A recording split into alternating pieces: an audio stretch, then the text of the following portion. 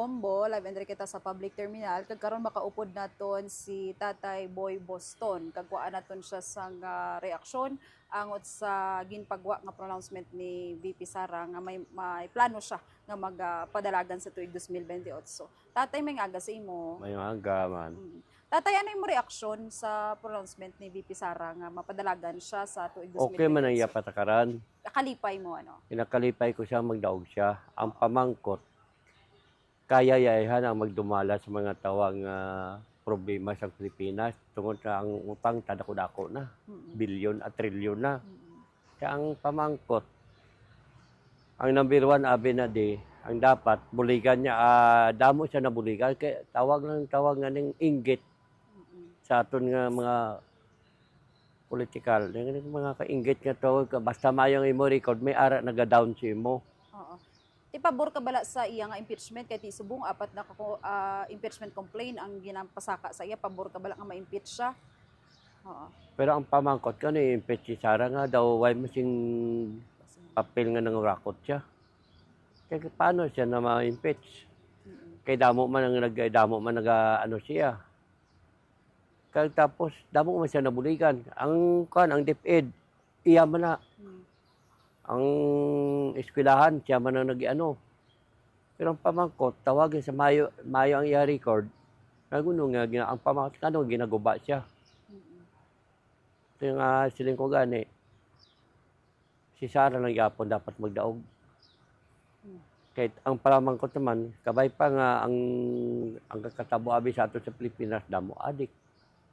Damo ipangrip. Ti ano mambal mo sa subong kay ti sa subong padayon gihapon ang wala pa gihapon na solbar ini nga issue bala sang malapnagon nga korupsyon sa flood control ti para sa imo satisfied ka bala sa ginapatigayon nila nga mga hearing kag satisfied ka bala sa mga nakulong na nga mga daw way ko na balaan nga may nakulong nga mangranon.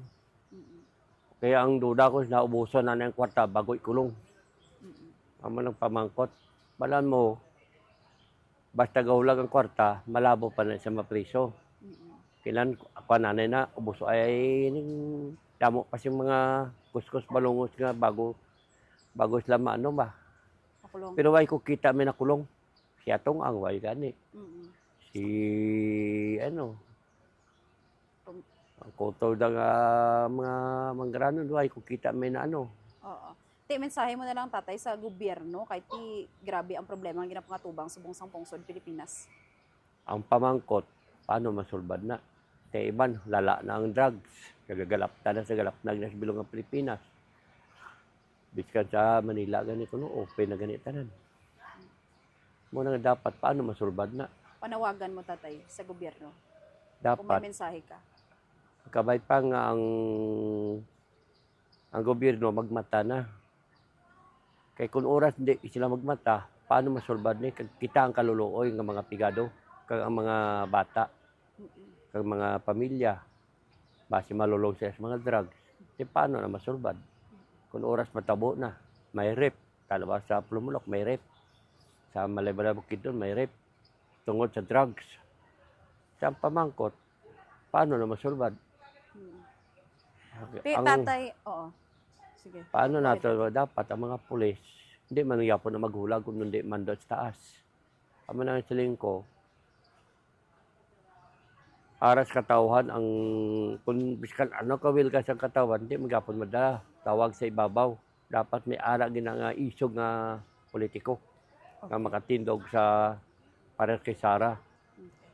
Ti tatay tagaan ta kasang ligwaman para maghatag mensahe sa mga ordinaryo nga Pilipino nga kung magbotar bala sa sunod nga eleksyon tatay ano ila dapat nga pagahimuon.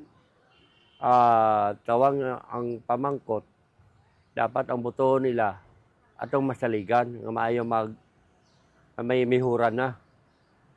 Biskan way pa siya kapungko kung may plano siya maglagan politiko bantayan ang panilagan ang hulagya kung maayo hindi.